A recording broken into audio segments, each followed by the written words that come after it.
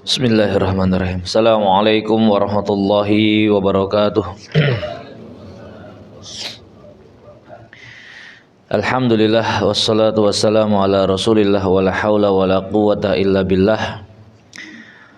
Asbahna wa asbahal mulku lillah walhamdulillah la ilaha illallah wahdahu la syarikalah wa ashhadu anna Muhammadan abduhu wa rasuluh. Allahumma bika asbahna wa bika amsayna wa bika nahya wa bika namutu wa ilaikan nusyur. Allahumma inna nas'aluka ilman nafi'ah wa rizqan thayyibah wa amalan mutaqabbalah. Allahumma ati nufusana taqwaha wa zakkiha anta khairu man zakkaha anta waliyuha wa maulaha. Allahumma inna nas'alukal huda wat tuqa wal afafa wal ghina. Rabbi shrah li sadri wa yassir li amri wahlul 'uqdatam min lisani yafqahu qawli. Allahumma la sahla illa ma ja'altahu sahla wa anta taj'alul hazna idza syi'ta sahla.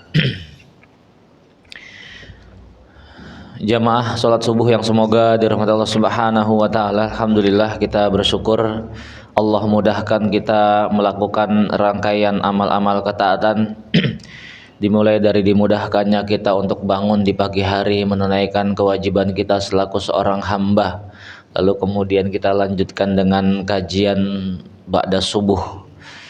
Ini semua menjadi bagian daripada nikmat ya, terkhusus nikmat iman. Itu menjadi energi terbesar yang menggerakkan seorang hamba untuk melakukan ragam amal-amal ketaatan di saat sang hamba tadi memiliki pilihan untuk kemudian memilih apakah dengan keimanan tersebut dia tergerak untuk melakukan amal ketaatan atau kemudian justru malah memilih sesuatu yang sesuai dengan selera nafsunya. Dan bersyukur kita kepada Allah Subhanahu wa taala ketika Allah masih menjadikan kita termasuk hamba-hambanya yang lebih memilih untuk menggerakkan aktivitas kita dengan landasan iman tadi. Maka jamaah salat subuh yang semoga dirahmati Allah Subhanahu wa taala. Ini pekan keempat kajian kita berbicara tentang fikih sirah. Pembahasan kita sampai pada perang Badar ya. Masih kronologis awal perang Badar, kemudian perjalanan Rasul keluar dari Madinah ya menuju lembah Badar, latar belakang yang melandasi terjadinya peperangan Badar ya. Secara umum kita sudah jelaskan bahwasanya perang Badar ini sebuah peperangan yang dilakukan bukan diniati pertama kali untuk melakukan pertempuran ya. Tujuan utama dari peperangan Badar adalah mencegat kafilah dagang Abu Sufyan yang ketika sebelumnya terjadi perang Dzul Usyairah ya, di mana Dzul Usyairah ini pada awalnya juga Rasulullah SAW mengutus para sahabat untuk mencegat kafilah yang hendak berangkat dari Mekah menuju Syam. Qadarullah ternyata kelompok kafilah dagangnya Abu Sufyan sudah keburu lewat sehingga gagal untuk dicegat di tengah jalan. Ini baru mau berangkat. Lalu kemudian berita tentang kafilah dagang Abu Sufyan ini terus dipantau ya, hingga kemudian sampailah berita kembalinya mereka dari perniagaan ya. Yang ini juga tujuannya mencegat kafilah tersebut. Dan tidak tanggung-tanggung bahwasanya yang di kafilah dagang yang kemudian dibawa oleh Abu Sufyan, bayangkan hanya 40 orang laki-laki yang kemudian menjaganya ya. Namun kemudian kafilah yang dibawa ini tidak kurang dari 1000 ekor unta. Ya, 1000 ekor unta hanya kemudian dikawal oleh 40 orang laki-laki dewasa dengan senjata sekedarnya juga ya. Karena memang hanya sekedar untuk mengamankan kafilah dagang. 1000 ekor unta yang kalau kemudian ditotal semua kekayaan yang dibawa dari hasil perniagaan tersebut, termasuk kemudian harta dagangan yang dibawa dari Syam mau dibawa ke Mekah, tidak kurang dari 50.000 dinar. 50.000 dinar itu berarti 1 dinar 4 jutaan ya, berarti sekitar 200 miliar ya, Masya Allah. Jumlah yang banyak ya. Qadarullah ternyata ya Abu Sofyan dia cerdik, pandai ya. Akal dagangnya ini memang hitung-hitungannya matang ya. Maka nanti dalam peristiwa Fatu Mekkah itu kan ya Abu Sofyan karena dia seorang pedagang, dia ingin mendapatkan ya nilai lebih lah dari masuk Islamnya dia, sekalipun awalnya itu rodok terpaksa ya, udah nggak ada pilihan lain kecuali harus masuk Islam. Cuman itu saja tetap masih nego ya, masih nego sama Rasulullah SAW. Kenapa? Ya Abu Sofyan itu seseorang yang kemudian dia suka dipuji ya, suka mendapatkan posisi ya. Maka kemudian Rasul ya bukan kemudian bohongin ya, tapi kemudian bermain dalam dunia mantik lah ya, dunia kalimat. Nanti insya Allah dalam peristiwa itu kita bahas. Nah, Abu Sofyan segera kemudian dia mengirim utusan ya, utusan untuk kemudian memberitahukan kepada orang-orang Mekah bahwasanya kafilah dagangnya ini sudah pengen dicegat sama Muhammad dan pasukannya, Muhammad dan kelompoknya. Rasul karena di awal beliau hanya ingin mencegat kafilah dagang Abu Sofyan, maka Rasul tidak memobilisasi para sahabat yang ada di Madinah semuanya, enggak. Dan para sahabat pun beranggapan demikian. Ini sebagaimana syariah-syariah sebelumnya, hanya kemudian patroli militer atau kemudian mencegat kafilah dagang sebagaimana sebelum-sebelumnya pernah dilakukan, sehingga tidak semua para sahabat hadir dalam pertempuran tersebut ya.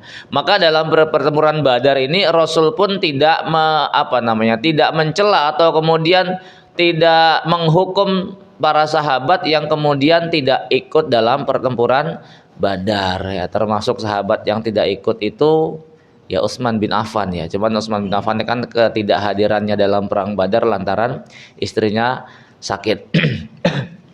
Nah,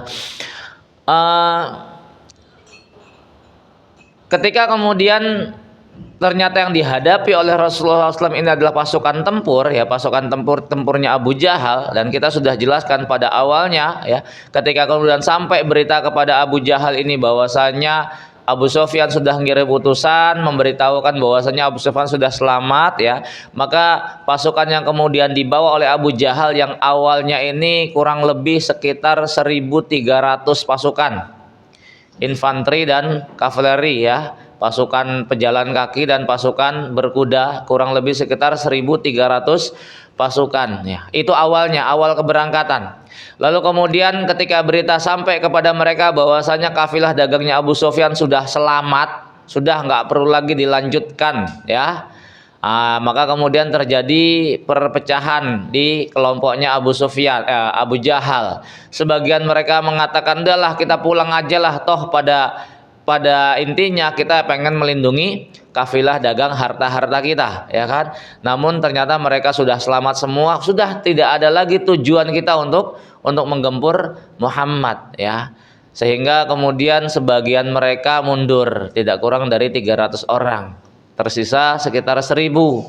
Abu Jahal dengan pongahnya, "Oh enggak, kita enggak akan pulang. Kita akan bermalam 3 hari 3 malam di lembah Badar, bangun tenda, kemudian minum khamr ya, kemudian ya nyanyi-nyanyi lah, joget-joget gitulah ya bersama bidu wanita." Karena memang orang-orang Quraisy ini kalau perang, Pak, itu ya bawa para bidu wanita masalahnya. Ini untuk membangkitkan semangat mereka ya.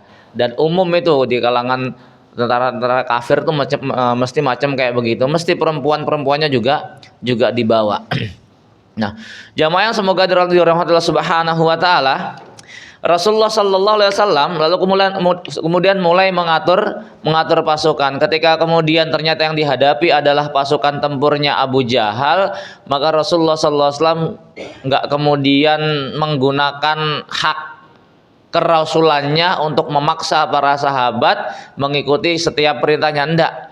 Namun Rasul tetap mengajak mereka musyawarah.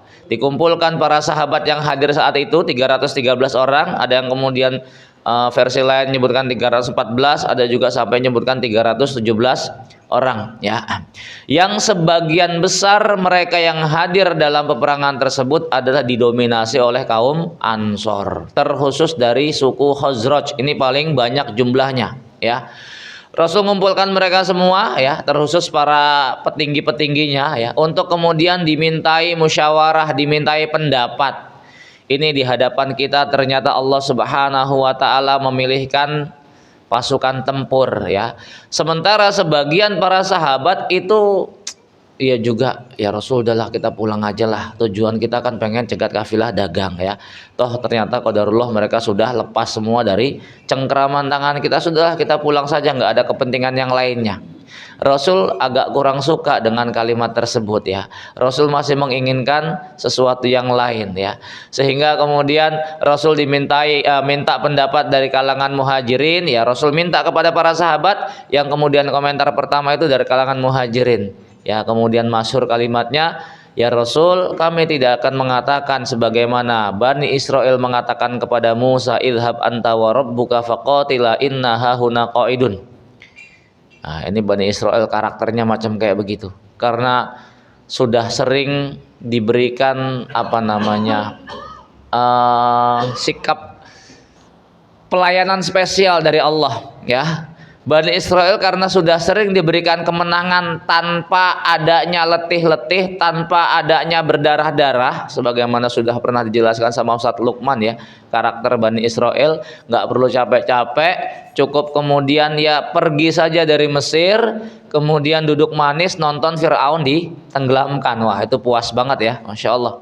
Karakternya kayak begitu, karena sudah sering diberikan pertolongan oleh Allah Subhanahu wa taala dengan cara yang ajaib. Maka ketika Nabi Musa alaihissalam mengajak mereka untuk masuk ke Baitul Maqdis berperang, memerangi orang-orang di sana ya, maka sikap mereka kemudian, wahai Musa, idhab anta wa rabbuka faqatila inna hahuna qaidun. Musa, mendingan gini aja deh, usul kita, kamu saja berdua perang sama Rob kamu ya. Nah, kita duduk-duduk sini, nanti kalau udah menang baru kita masuk. Ini luar biasa jengkelinya ya, Masya Allah. Nah, itu ya kemudian dikatakan oleh sahabat muhajirin, kami nggak akan mengatakan demikian, namun kami akan mengatakan idhab anta wa rabbuka faqatila inna ma'akuma muqatilun. Ya. Pergilah engkau wahai Rasul bersama Rabbmu, kami ya akan terus membersamaimu untuk memerangi mereka ya. Ini hanya dari kalangan orang-orang muhajirin, tapi Rasul masih tidak puas.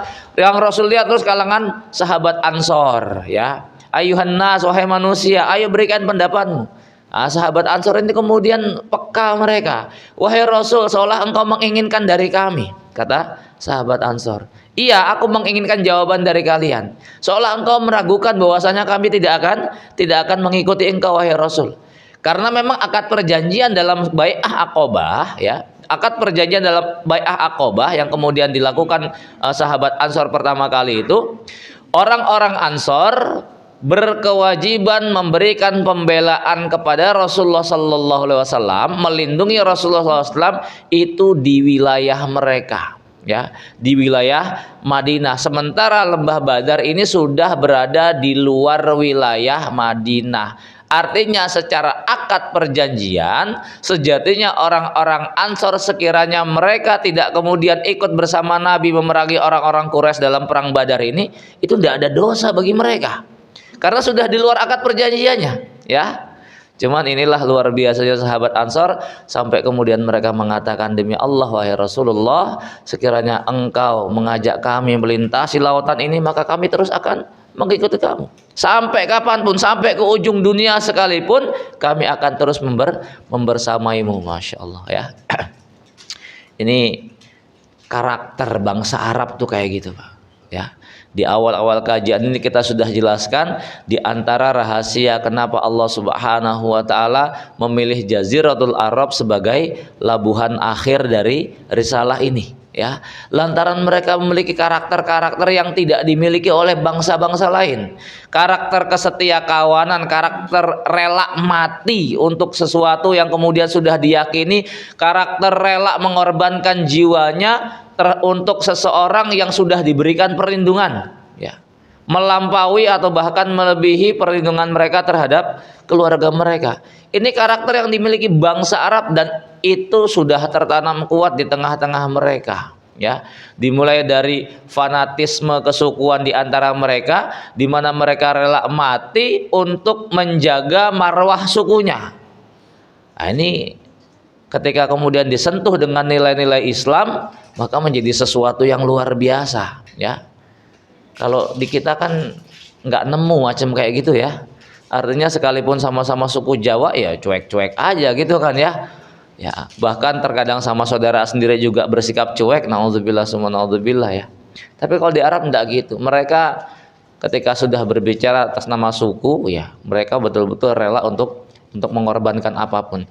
Maka ketika sikap semacam ini disentuh dengan nilai-nilai Islam, itu menjadi kekuatan yang luar biasa. Baik jamaah yang semoga dari Allah Subhanahu wa taala, maka mulailah kemudian Rasulullah SAW mengatur pasukan ya. Secara umum bendera yang dibawa itu dua ya. Bendera dalam Islam itu dua. Ada yang kemudian dikenal dengan liwa, ada yang kemudian dikenal dengan royah. Mal farqu bainal liwa war royah ya. Apa perbedaan antara liwa dengan royah ini?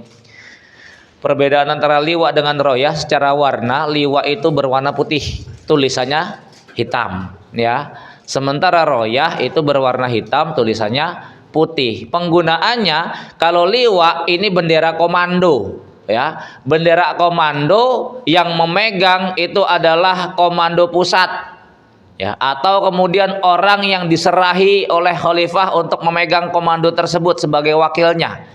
Ya, bahasa kita berarti yang namanya liwa itu bendera simbol negara ya. Sementara royah ini adalah panji-panji pasukan-pasukan detasemen ya. Panglima-panglima perang, yang namanya perang itu kan nggak cuma satu panglima ya. Mesti ada kemudian sayap kanan, sayap kiri gitu kan. Kalau bola ada gelandang tengah ya. Asal bukan gelandangan nggak apa-apa lah. Ya. Nah, ini dipegang ini nih royah ya. Benderanya warnanya hitam, tulisannya warna putih. Maka liwa itu mesti hanya satu karena dia bendera komando. Sementara royah itu bisa berbilang, tergantung ada berapa nih sayap militernya ya. Sayap militer ada berapa. Royahnya tuh bisa 2, bisa 3. Nah, dalam perang Badar ini royahnya ada 2, kedua-duanya berwarna hitam. Ya. Nah, jamaah yang semoga dirahmati Allah Subhanahu wa taala, enggak hanya di kubu kaum musyrikin yang kemudian terpecah, di kubu kaum muslimin pun juga terpecah. Tadi kita katakan ada sebagian mereka itu kemudian enggak menginginkan melanjutkan peperangan ya, sebagian mereka yang lain tetap ingin melanjutkan peperangan ya. Wa inna katsiran minal mu'minina lakarihun, kalau dalam surah Al-Anfal itu kisah kronologis ya tentang perjalanan peperangan Badar. Kama akhrajaka rabbuka min baitika bil haqq wa inna fariqam minal mu'minina lakarihun yujadilunaka fil haqqi ba'da ma tabayyana ka'annama yusaquna ilal mauti wa hum yanzurun. Sebagaimana Rabbmu telah menyuruhmu pergi dari rumahmu dengan kebenaran. Perintah dari, maksudnya keluar dari Mekah, keluar dari Madinah menuju lembah Badar. Ini adalah perintah yang hak dari Allah Subhanahu wa taala. Ya. Wa inna fariqam minal mu'minina lakarihun, dan sesungguhnya sebagian dari kelompok orang-orang mukmin itu ada yang tidak menyukai kepergian tersebut. Keluarnya untuk menyambut pasukan tempurnya Abu Jahal, sebagian kaum muslimin dari 313 itu ada yang kemudian tidak pengen bertempur karena memang bukan tujuannya. Yujadilunaka fil haqqi ba'da ma tabayyana ka'annama yusaquna ilal mauti wa hum yanzurun. Mereka membantahmu tentang kebenaran sesudah nyata bahwa mereka pasti akan menang, seolah-olah mereka digiring kepada lembah kematian, sementara mereka melihat sebab-sebab tanda kematian tersebut. Bayangkan Pak ya, 300 lawan 1000. 300 itu kudanya cuma 2 ya. Yang bawa kuda cuma 2 loh, pasukan Badar itu ya. Yang bawa kuda cuma 2, ontaknya hanya beberapa ya. Itu juga gantian Rasul naik, kadang satu ontak digantian 3 orang ya. Sementara yang bawa kuda hanya 2 orang sahabat, yang lainnya semua jalan kaki semua. Ya. Dengan senjata sekedar untuk mencegat kafilah dagang, bukan senjata perang. Paling ya hanya panah sama pedang lah ya, tombak mungkin beberapa. Artinya nggak ada senjata berat yang lain. Sementara pasukan kafir Quraisy ya kudanya banyak, ontaknya banyak ya. Bayangkan ontaknya itu sehari nyembelih 9 atau 10 ekor ya. Berarti kan pasukannya sekitar 900 sampai 1000. Jadi satu ekor untuk 100 orang kurang lebih ya. Itu buat makan mereka, konsumsi mereka. Nah, hal yang menjadi hal yang lumrah ketika kemudian rasionya itu 1:3 dengan senjata yang juga nggak berimbang ya, maka sebagian kaum muslimin, udah Rasul kita pulang aja lah ya, kita pulang aja lah ya.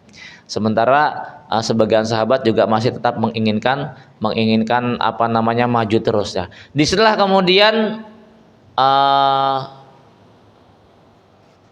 banyaknya kehadiran pertolongan dari Allah Subhanahu wa taala ya.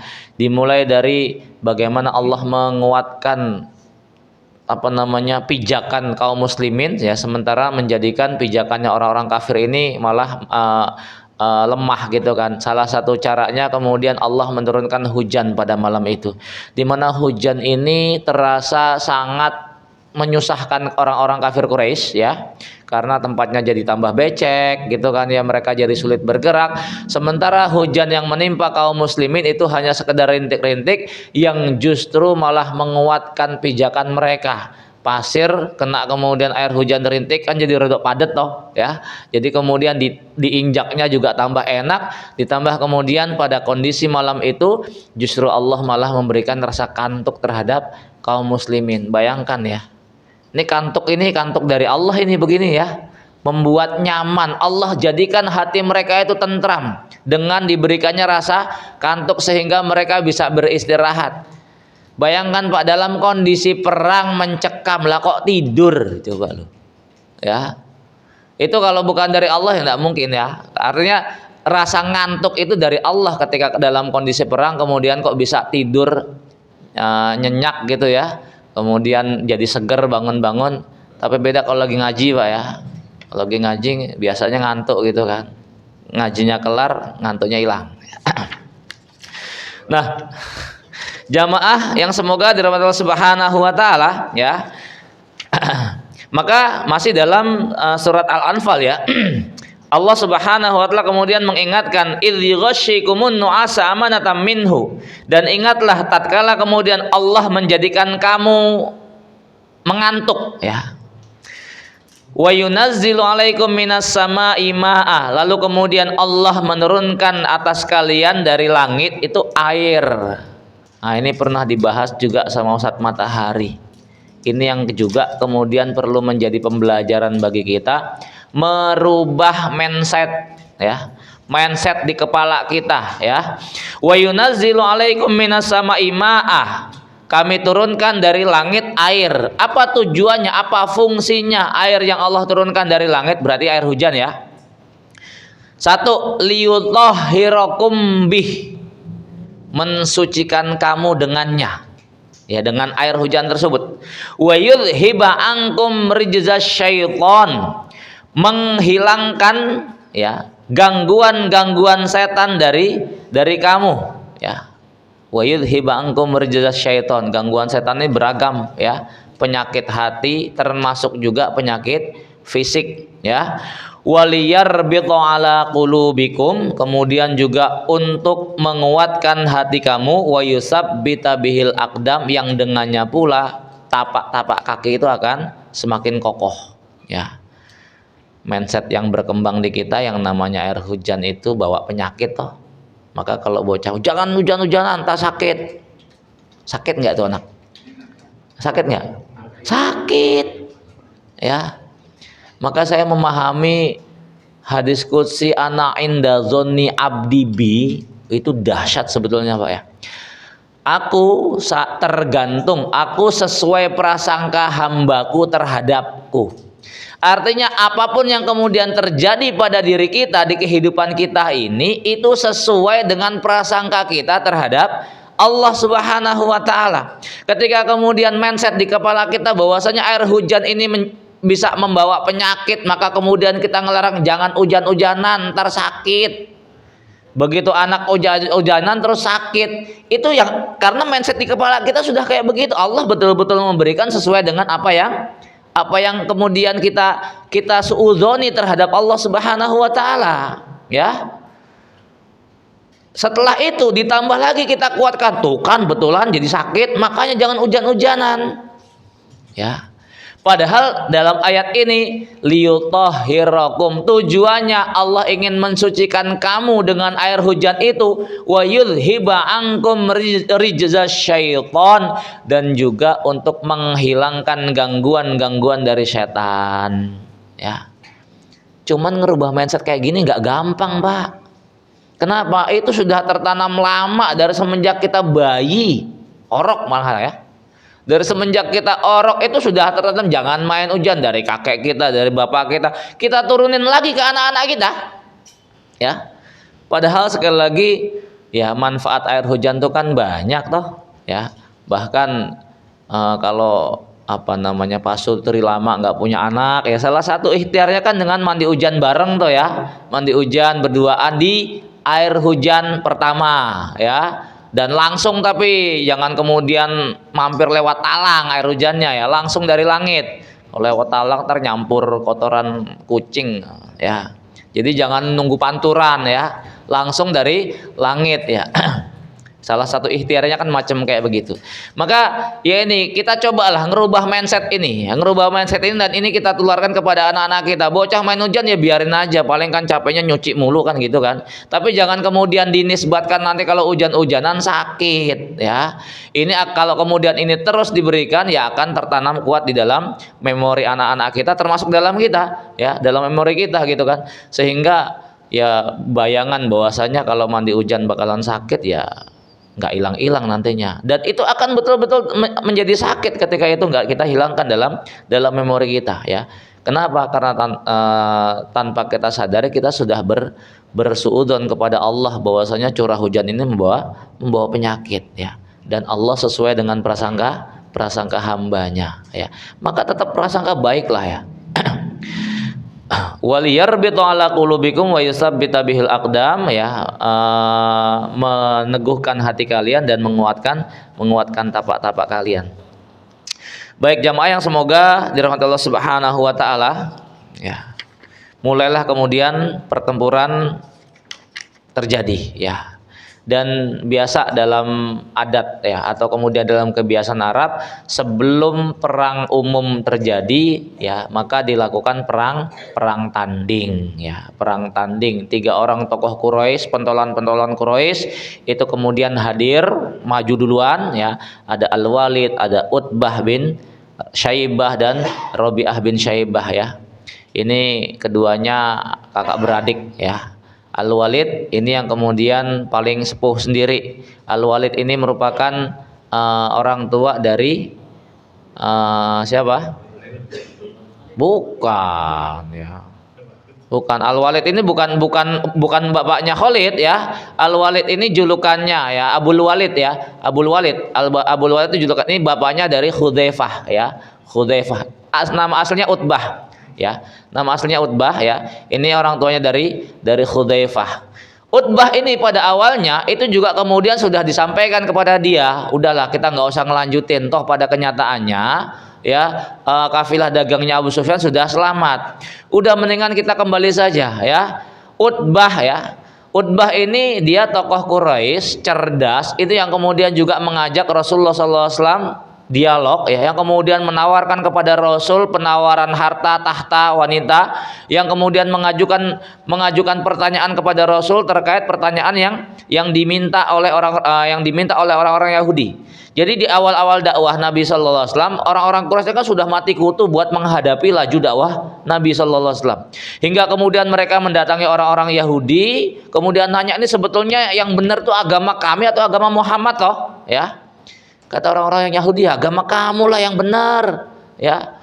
Coba deh gini aja dah, ya. Kamu tanya sama si Muhammad itu 3 pertanyaan ini. Kalau memang dia bisa menjawab, berarti dia betul-betul nabi. Karena tidak ada yang mampu menjawab pertanyaan ini kecuali seorang nabi, ya. Dibawa itu pertanyaan kepada nabi. Ini kita balik lagi ke belakang, ya, di awal dakwah, ya. 3 pertanyaan apa saja? 1, yang ditanyakan kepada Nabi tentang apa? Ah, 3 pertanyaan yang titipan dari orang-orang Yahudi untuk memastikan bahwasanya Muhammad itu betul-betul seorang nabi. Sampaikan 3 pertanyaan ini. Tidak ada yang bisa menjawab kecuali dia betul-betul seorang nabi. 1, tanyakan kepada dia tentang sekelompok pemuda yang lari kemudian Allah tidurkan selama 300 tahun. Ya. Kedua, tanyakan pula kepada dia tentang seseorang yang kekuasaannya membentang dari timur ke barat. Ketiga, tanyakan pula pada dia tentang perkara ruh. Kalau dia bisa menjawab pertanyaan itu, berarti dia seorang nabi. Ya. Ketika Rasul kemudian diberikan pertanyaan itu, Rasul karena wahyu belum turun kan, Rasul nggak bisa ngasih jawaban. Rasul hanya ngasih jawaban, oke, besok tak jawab. Rasul nggak ngucapin insya Allah. Disitulah kemudian ditegur. Rasul yakin banget besok Allah bakal nurunkan wahyu. Ternyata wahyu tertunda berapa lama? 2 pekan, Pak. Masya Allah, itu teguran dari Allah itu. Maka dalam surah Al-Kahfi kan ada kan, ya, wala taqulanna li syai'in inni fa'ilun dzalika ghada. Dan jangan kamu mengatakan aku akan lakukan besok pagi. Illa ayyasha Allah, kecuali dengan ucapan kalimat insya Allah. Ini kalimat dahsyat, Pak, ya. Jangan kemudian kita tinggalkan dan jangan kemudian kita remehkan. Cuman di kita kalimat insya Allah itu sudah hilang kesakralannya. Kenapa? Kenapa coba kira-kira? Ya. Padahal itu kalimat Allah yang ngajarkan langsung loh, ya. Kenapa kalimat insya Allah tuh hilang kesakralan di tengah-tengah kita? Bahkan ketika kemudian kita ngucapin kalimat itu, orang yang kemudian lawan bicara kita komentarnya apa? Jangan insya Allah dong, ya. Yang pasti kek. Kenapa coba? Kalimat insya Allah tuh sejatinya tuh 99% jadi. Yang 1%-nya kehendak Allah Subhanahu wa Ta'ala. Artinya konteks kalimat insya Allah tuh gini, ya. Kita sudah siap nih, udah janji sama teman, insya Allah besok saya datang deh. Kita sudah siap-siap nyiapin kendaraan, udah berangkat, ya. Qadarullah tengah jalan hujan deras misalnya, atau kemudian banyak kempes bocor, atau kemudian kecelakaan yang menjadikan kita nggak bisa memenuhi janji kita terhadap kawan kita untuk hadir dalam acaranya. Gitu loh, ya. Lantaran ada sesuatu yang kita nggak bisa tolak itu, ya. 99% jadi, 1%-nya tetap kuasa kehendak Allah Subhanahu wa Ta'ala. Cuman di kita kan hari ini kalimat insya Allah berubah fungsinya. Lantaran kita nggak enak pengen bilang enggak ya, diundang. Aslinya kita udah nggak mau datang. Aslinya loh, dalam hati kita udah nggak mau datang, cuman mau bilang aduh nggak enak, mau bilang nggak enak, akhirnya udah deh insya Allah deh, gitu ya, insya Allah datang deh. Tapi dalam hatinya memang tidak ada keinginan buat menghadiri undangan tersebut, gitu loh. Cuman karena mau bilang enggak itu nggak enak, akhirnya diucapkan kalimat insya Allah, ya. Sehingga sangat wajar kalau kemudian orang komentar jangan insya Allah dong, karena rata-rata ketika seorang ngucapin insya Allah itu ya mesti ujung-ujung nggak jadi, gitu loh kan. Nanti kalau di apa namanya ditanya kok nggak datang, ya kan saya udah bilang insya Allah, ya. Padahal tadi insya Allah itu 99% jadi, 1%-nya itu juga tetap kembali kepada kehendak Allah Subhanahu wa Ta'ala, apakah Allah mengizinkan atau tidak, ya. Itu ditegur oleh Allah Subhanahu wa Ta'ala Rasulullah SAW, ya. 14 hari atau 15 hari wahyu ndak turun, ya. Ditanya, ayo mana jawabannya? Besok. Tarsok mulu nih. Sampai 15 hari, Pak, ya. 2 pekan lah, ya. Akhirnya kemudian setelah 2 pekan itu baru kemudian Allah menurunkan surat Al-Kahfi terkait dengan pemuda Al-Kahfi, ya, diceritakan situ. Kemudian pertanyaan kedua terkait dengan Zulkarnain, ya, itu juga diceritakan dalam surat Al-Kahfi, ya. Dan kemudian yang ketiga itu ada dalam surat Al-Isra, wa yas'alunaka 'anir ruh qulir ruhu min amri rabbi wa ma utitum minal ilmi illa qalilah. Mereka bertanya kepada kamu wahai Muhammad tentang ruh. Katakanlah ruh itu urusan Allah, ya. Wa ma utitum minal ilmi illa qalila. Kami tidak memberikan ilmu tentang ruh kecuali sangat sedikit sekali. Tapi sedikitnya ilmu tentang ruh, Ibnul Qayyim itu nyusun kitab Ar-Ruh, tebelnya segini, Pak, ya. Kitab Ar-Ruhnya Ibnu Qayyim itu bicara tentang ruh. Nah, ini pula yang kemudian menjadi apa namanya sesuatu yang membuat pakar-pakar barat itu juga bingung mereka bicara tentang ruh, sampai mereka bikin penelitian gitu kan. Orang yang sudah tua udah mau mati itu kan ditaruh di akuarium, terus diperhatikan betul, pasang CCTV 24 jam dari mulai dia masih napas sampai ruhnya hilang. Ya, pengen tahu ruh itu atau arwah itu ada bentuknya atau enggak. Kemudian pengen tahu ruh atau arwah itu ada masanya atau enggak. Jadi sambil ditimbang tuh, masih ada ruhnya dengan sudah meninggal dunia, ya. Ada enggak kemudian ya apa namanya perubahan berat ya. Jadi yang misal tadinya 70 kilo pas ruhnya keluar kemudian kurang atau enggak gitu. Ini neko-neko aja, sing boten-boten aja kalau orang-orang barat ini nyari penelitiannya. Padahal itu bukan sesuatu yang kemudian harus kita pahami konsep kayak begitu kan. Apalagi Allah sudah menegaskan terkait tentang ruh itu, Allah memang nggak banyak membuka ilmu tentang itu ya. Hanya segelintir orang yang memang Allah berikan kemampuan untuk memahami tentang ruh, dan itu pun tidak banyak ilmu yang dimilikinya. Maka dalam ayat itu ya Allah menegaskan kulir ruhu min amri robbi. Ruh itu urusan Allah. Ya, Rasul juga nggak diberi ilmu tentang ruh kecuali sangat sedikit sekali. Baik jamaah yang semoga dari Allah Subhanahu Wa Taala kita kembali ya. Utbah, kemudian ada Syaibah ya. Tiga tokoh Quraisy ini. Kemudian dari kalangan kaum muslimin hadir pula 3 orang-orang Ansor. Orang-orang Quraisy kemudian mengatakan, kamu siapa? Ya, 3 tokoh ini kemudian mengatakan dari kalangan Ansor. Orang Quraisy tidak mau, gengsi dia. Kalian nggak sebanding dengan kami mau lain yang selevel. Wahai Muhammad, kirimkan sahabatmu yang selevel dengan kami, baru kami mau menghadapi. Ya, maka di situ kemudian hadirlah ada Ali, ada Hamzah, ada Ubaidah ya. Dalam peristiwa perang tanding tersebut 1 lawan 1, ya sejatinya Allah sudah ngasih sinyal bahwasanya orang-orang Quraisy bakal kalah. Kenapa? Karena ketiga pentolan Quraisy ini mati semuanya. Ya, sementara dari kalangan kaum muslimin dari ketiga tadi Hamzah, Ubaidah dan Ali, ya Ubaidah ini sempat kena sabetan pedang, ya nggak lama kemudian juga beliau syahid ya. Namun Hamzah dan Ali mampu mengalahkan ketiganya tadi. Baik jamaah yang semoga dari Allah Subhanahu Wa Taala itu menjadi sinyal sebetulnya ya. Menjadi sinyal ketika dalam perang tanding itu siapa yang menang, itu menjadi sinyal secara keseluruhan kaum muslimin bakal memenangi pertempuran ya. Lalu kemudian tidak lama ya terjadilah kemudian pertempuran dahsyat. Apa yang kemudian dilakukan oleh Rasulullah sallallahu alaihi wasallam ya.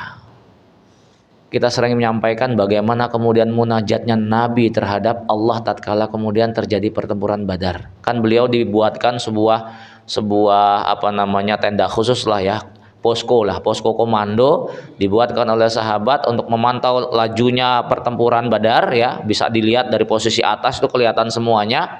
Terutama lagi kalau seumpama kondisinya tidak menguntungkan ya, para sahabat kemudian mengizinkan engkau bisa berangkat bergabung dengan orang-orang kita yang tidak hadir dalam perang ini ya Rasul. Maksudnya adalah bisa menyelamatkan diri ya. Rasul mantau dari ketinggian. Ketika kemudian peperangan berkecamuk ya, Rasul betul-betul kemudian munajatnya kepada Allah itu enggak berhenti dari malam itu ya. Sampai kemudian kita sudah sering sampaikan ini. Sampai kemudian konten doanya Nabi seolah-olah memberikan ancaman kepada Allah Subhanahu Wa Taala. Masya Allah ya.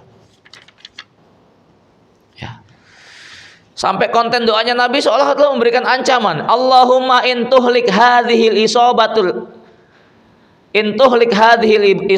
yaum la tu'bad.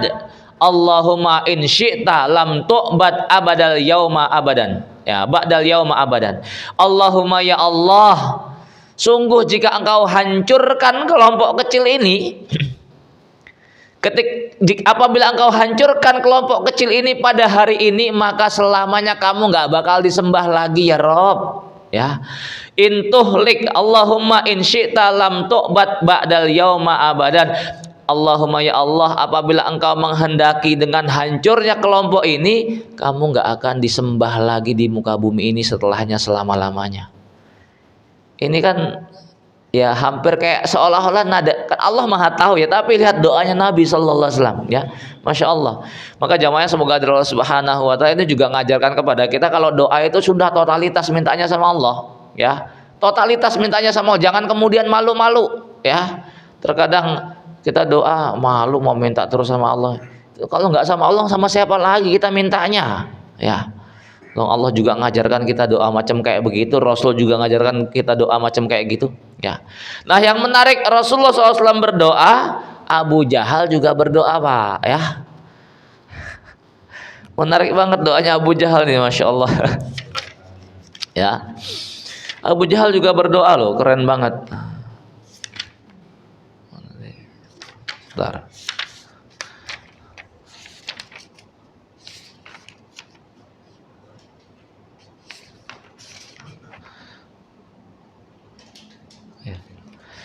Pokoknya poinnya doa Abu Jahal itu, Abu Jahal berdoa, ya Allah ya,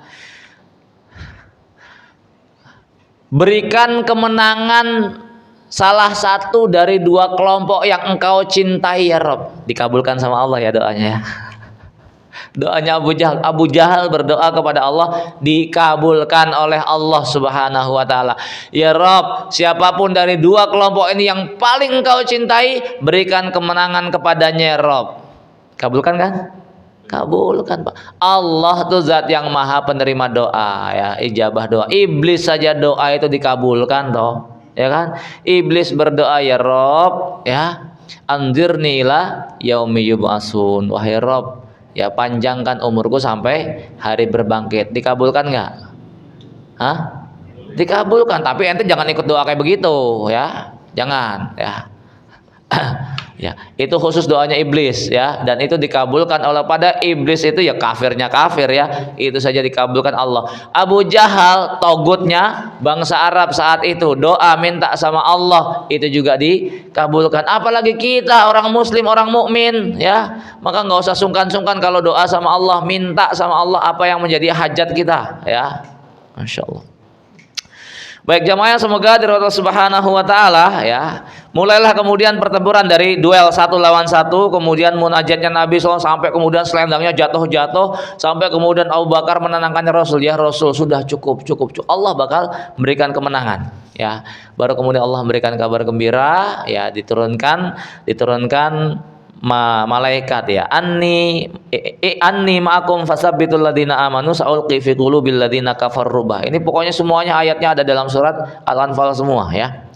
Sesungguhnya aku bersama kamu, kata Allah Subhanahu wa taala, maka teguhkanlah pendirian orang-orang yang beriman, kelak aku akan jatuhkan rasa takut, aku akan lemparkan rasa takut itu ke dalam hati orang-orang kafir. Ar-ru'bu ya, ar-ru'bu itu rasa takut.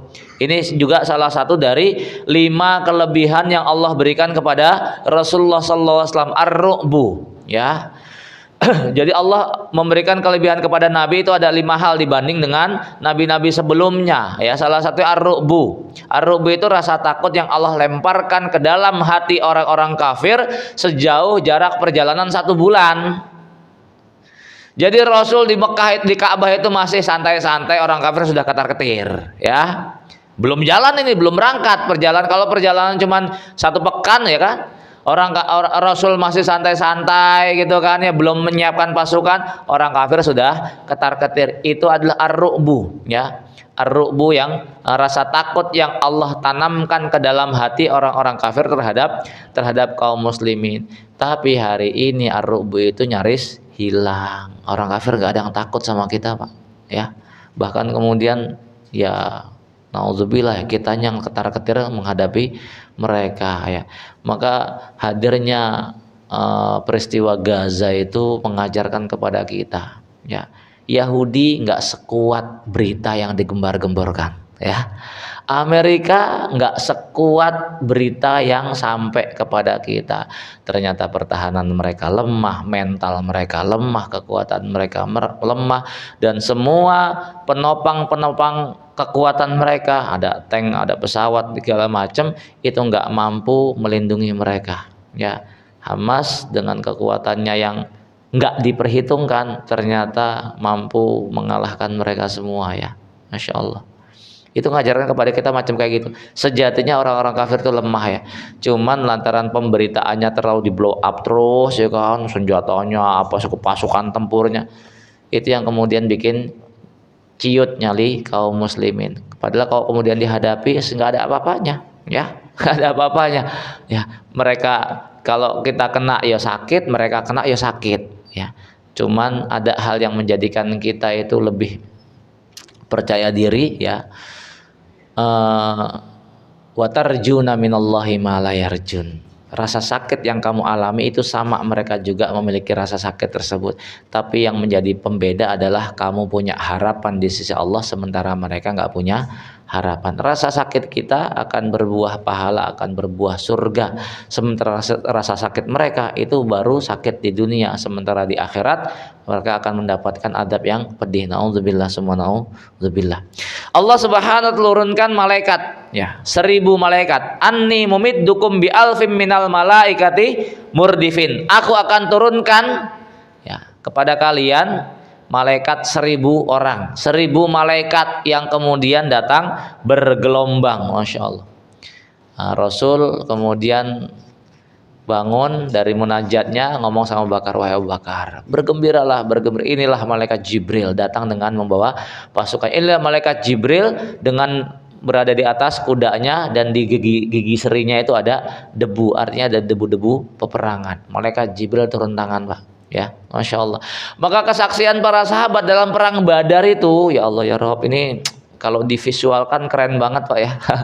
Kesaksian para sahabat dalam perang Badar itu, ya nggak ada Android sih masa lalu ya. Itu pedang para sahabat belum nyentuh, ya. Para sahabat sampai komentar begitu. Saya pengen ngejar musuh, pengen nebas batang lehernya, tiba-tiba udah gelundung sendiri kepalanya, padahal pedangku belum nyentuh kepala dia, gitu kan ya. Ya, disitulah kami yakin ada kemudian makhluk lain yang bunuh mereka. Itulah malaikat, ya. Nah, pedangnya belum nyentuh leher musuh atau udah buntung gitu kan, belum nebas tangan musuh sudah putus duluan. Itu sahabat komentarnya kayak begitu, ya. Masya Allah. Nih. Abu Dawud Al-Mazini berkata, sesungguhnya aku mengikuti seorang laki-laki dari kaum musyrikin untuk memenggalnya, namun tiba-tiba kepalanya sudah gelundung duluan ke tanah sebelum pedangku menyabetnya. Maka sadarlah aku bahwa ada orang lain yang telah membunuhnya. Ya, seorang laki-laki dari Ansor datang membawa Al-Abbas bin Abdul Muthalib. Nah, ini pamannya Nabi ya. Abbas kan sudah jadi muslim toh, tapi nggak ikut hijrah. Nah, maka strategi yang dilakukan oleh orang-orang kafir Quraisy, kaum muslimin yang nggak berangkat hijrah ini dijadikan tameng depan.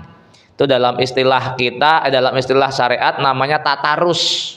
Ya, tatarus itu kaum muslimin yang saat itu nggak ikut dalam hijrah, ya, cuman masih tinggal di kota Mekah, dipaksa oleh pentolan-pentolan Quraisy untuk ikut tempur. Ya. Ikut tempur loh, ya, ditaruh di barisan depan. Nah, ini kan untuk mengecohkan kaum muslimin. Ini gimana kita mau nyerang tapi itu orang Islam juga, nggak kita serang tapi kita nggak mungkin bisa nembus benteng musuh kalau nggak bunuh mereka. Mau dibunuh tapi orang Islam juga, gimana hukumnya? Hah? Boleh dibunuh nggak? Hah? Boleh dibunuh nggak? Hah? Boleh, ya. Nah, ini kalau kemudian kita baca salah satu yang menjadikan Kartosuwiryo, ya. Kartosuwiryo itu kemudian kok ketangkap itu, Pak. Itu di dalam hal ini yang kalau yang saya baca dalam sejarahnya itu kurang memahami konteks tatarus. Kenapa? Karena yang dilakukan oleh pemerintah saat itu menjadikan warga desa itu sebagai tameng awal. Kan perlindungan Kartosuwiryo itu kan terakhir di puncak gunung ya. Gunung apa namanya? Hah? Apa namanya gunungnya? Lupa saya itu. Berlindung di sana. Nah, kemudian aparat dia menyuruh warga-warga kampung yang notabene kaum muslimin itu menjadi benteng awal di depan, ya. Dikepung. Ya namanya gunung disisir begitu kan, dikelilingi, ya tentara di belakang, warga sipil kaum muslimin itu ada di depannya gitu kan. Nah, pasukannya Kartosuwiryo juga kurang memahami konteks Tatarus tersebut, mereka nggak berani kemudian melakukan serangan karena khawatir mengenai warga sipil tadi. Sementara dalam perang Badar itu juga sama, Rasul dihadapkan bahwasanya pasukan orang-orang kafir Quraisy yang pertama yang ada di hadapan pertama itu kaum muslimin yang nggak ikut hijrah, termasuk di dalamnya Al Abbas bin Abdul Muthalib. Ya, cuman disinilah Allah menyelamatkan Al Abbas dengan cara apa? Al Abbas ketangkep. Nah, dalam peristiwa ini, siapa yang menangkap Abbas bin Abdul Muthalib? Itu bukan sahabat, ya. Karena kesaksian Abbas itu macam kayak gitu. Yang nangkap malaikat, Pak. Ya. Seorang laki-laki dari Ansor datang membawa Al Abbas bin Abdul Muthalib sebagai tawanan. Maka berkatalah Al Abbas, sesungguhnya bukan orang ini yang nangkap aku, ya. Yang nangkap aku itu adalah seorang laki-laki gundul, tapi ganteng banget. Kok tak cari-cari nggak ada orangnya tapi di pasukan kamu, gitu. Ya. Malaikat yang nangkep, Pak, ya, dalam rangka untuk menyelamatkan Abbas bin Abdul Muthalib. Karena di kehidupan di sesi berikutnya Abbas ini punya peran luar biasa untuk perkembangan dakwah. Abbas termasuk yang kemudian tertangkap nanti, ya, tertawan.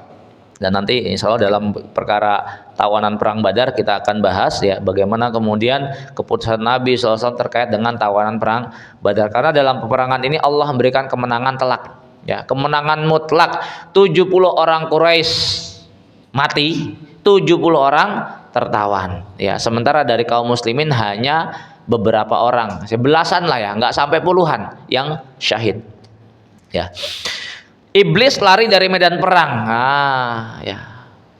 Yang namanya orang-orang kafir, otomatis iblis juga hadir di dalamnya. Dalam surat Al-Anfal itu semua, ya, itu kisahnya. Al-Anfal itu kisah perang, surat Al-Anfal itu kisah terang perang Badar semua, ya. Iblis sudah kemudian berjanji, aku akan bersama kalian. Begitu kemudian sudah fight, ya, face to face, iblis kan sama-sama makhluk gaib toh, sama malaikat toh. Iblis ngeliat malaikat, ya larilah. Begitu kemudian malaikat ikut turun, udah, iblisnya kabur, ya. Inni aroma la tarawna inni akhafullah. Aku melihat apa yang kamu nggak lihat. Aku takut sama Allah, kata iblis. Tuh, culasnya iblis kayak begitu tuh, ya. Dari belakang gembosin, begitu kemudian sudah ketemu fight, kabur, ya. Sama iblis dalam menjerumuskan Bani Adam untuk melakukan kemaksiatan tuh kayak begitu, Pak, ya. Dan ini terasa sekali bagi mereka-mereka yang kemudian melakukan perbuatan zina. Nauzubillah summa nauzubillah. Sebelum terjadi perbuatan zina itu kan nafsunya gebu-gebu banget kan. Laki perempuan kalau jalan berduaan, begandengan, wah, segala macam udah. Wah, itu nempelnya nggak habis-habis. Iblisnya di situ tuh, ya. Terus sampai kemudian kejadian. Setelah kejadian nyesel nggak? Kenapa nyesel? Nagih. Oh, pergi. Apa yang pergi? Nah, karena iblisnya udah kabur. Sama ketika kemudian Qabil bunuh Habil. Sebelum terjadi pembunuhan itu apa? Nafsunya kan buncah, kamu tak bunuh. Itu iblis yang gembosinya luar biasa. Begitu sudah kejadian, plek, baru, loh, kok begini kejadiannya? Kenapa? Iblisnya pergi. Udah jadi, udah kelar tugasnya. Orang mau maksiat tuh kayak begitu. Sebelum kemaksiatan itu terjadi, keinginan untuk melakukan kemaksiatan tersebut luar biasa, seolah-olah nggak bisa dicegah. Begitu sudah terjadi, ya sudah. Adanya penyesalan, ya masih bagus kalau nyesel. Ya na'udzubillah kalau kemudian malah bangga, nggak ada penyesalan, ya. Kenapa? Karena iblisnya kabur, ya. Sama ketika kita pengen punya sesuatu juga kayak gitu. Sebelum punya barang tuh kayaknya Masya Allah, belum punya motor, ya kan? Pengen punya motor, bayangannya kalau punya motor enak nih, bakal begini segala macam. Begitu udah beli, ya biasa aja kan? Biasa aja. Bocah pengen, ya anak nangis minta laptop gitu kan. Sebelum punya, nangisnya nggak kelar-kelar gitu kan. Begitu udah dibeli, udah biasa aja gitu, ya. Ya, itu adalah barang-barang dunia tuh macam kayak begitu, ya. Iblis gembosinya sebelum kemudian terjadi. Kalau sudah terjadi, ya sudah, iblisnya pergi, ya udah, yang ada tinggal penyesalan. Nah, dalam perang ini juga begitu. Iblis ngasih supportnya kepada tokoh-tokoh Quraisy itu luar biasa. Begitu di hadapan ngelihat malaikat, kabur dia, ditinggal itu orang-orang Quraisy. Maka kalau kemudian kok kaum muslimin bermaksiat, perang nggak bakal menang. Kaum muslimin banyak maksiat, perang nggak bakal menang. Kenapa?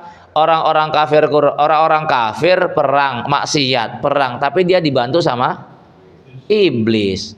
Orang mukmin perang, andalannya kan bantuan dari Allah berupa pasukan-pasukan Allah, baik dari kalangan malaikat ataupun pasukan makhluk-makhluk yang lain, entah itu angin, entah itu burung, entah itu apapun lah ya.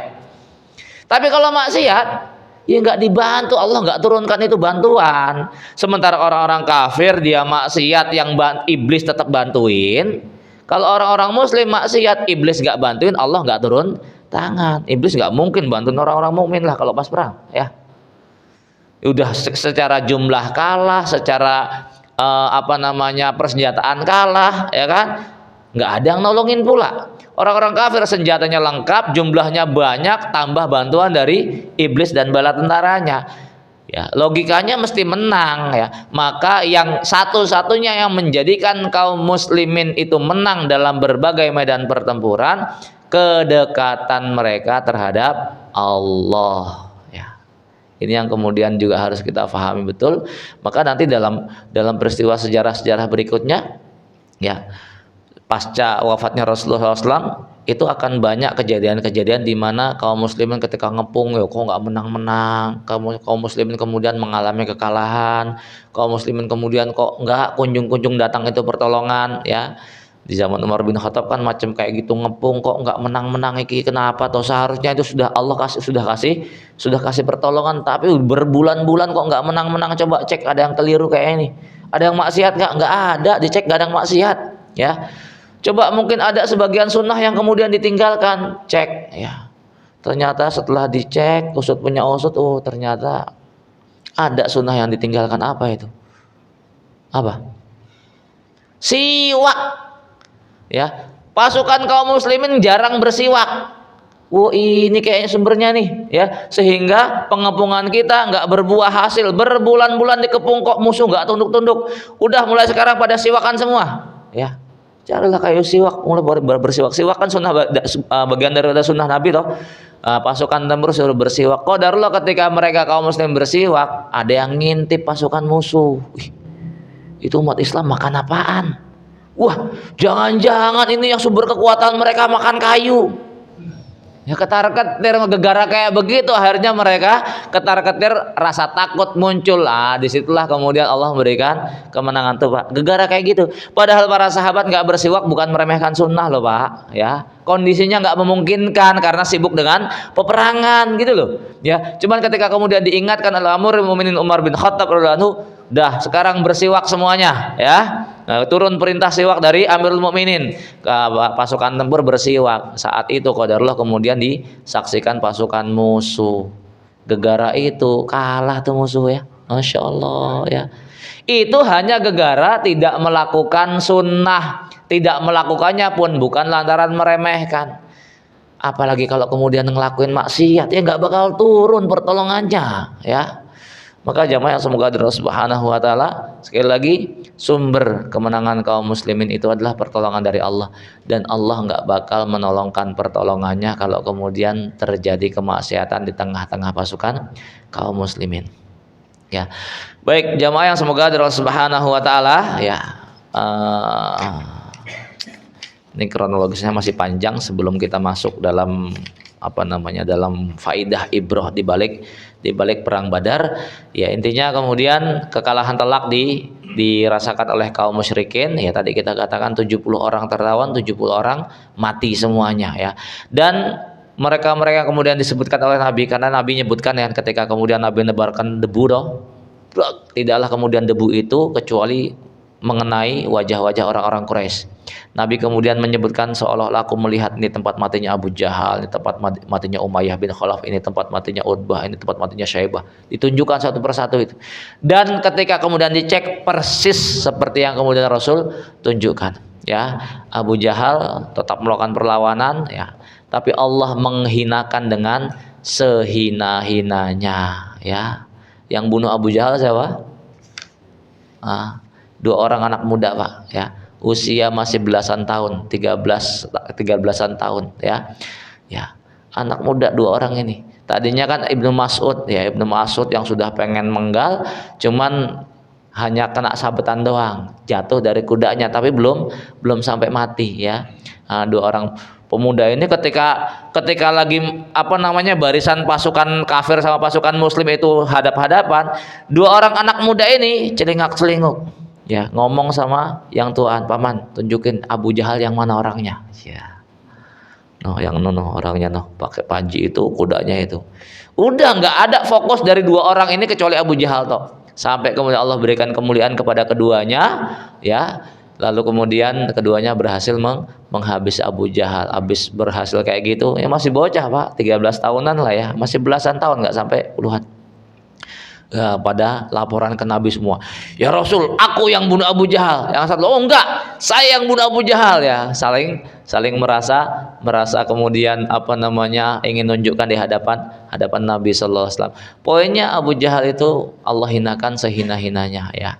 Bukan artinya dia enggak mati dibunuh oleh panglima perang ya. Ibarat main catur yang bunuh raja pion, Pak.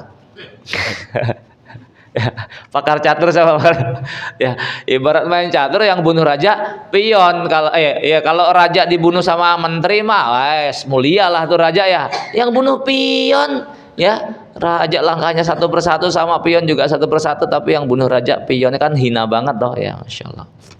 Baik jamaah, semoga dari Allah Subhanahu wa taala. Masih cukup panjang kronologisnya ya, insyaallah dalam pertemuan berikutnya kita akan bicara terkait dengan kisah-kisah menakjubkan di sebalik perang Badar, kemudian terkait tawanan perang Badar ini, karena juga ada hal-hal yang luar biasa yang Allah turunkan, bagaimana kemudian dari ragam pendapat terkait tawanan perang Badar, ternyata Allah lebih memilih pendapat sahabat daripada pendapat Rasulnya ya. Masya Allah, ini juga sebagai satu teguran dari Allah Subhanahu wa taala ya, terkait keinginan Rasul yang setuju dengan Abu Bakar, tawanan perang Badar sudah tebus saja supaya kemudian perekonomian kita tambah kuat. Ternyata Allah menginginkan nggak ada yang ditebus, penggal semuanya ya. Masya Allah. Baik jamaah yang semoga dari Allah Subhanahu wa taala, demikian ya. Udah suruh kan ya. Kita tutup dengan doa kafir majlis. Subhanakallahumma bihamdika asyhadu an la ilaha illa anta astaghfiruka wa atubu ilaik. Wa sallallahu ala nabiyyina Muhammadin. Assalamualaikum warahmatullahi wabarakatuh.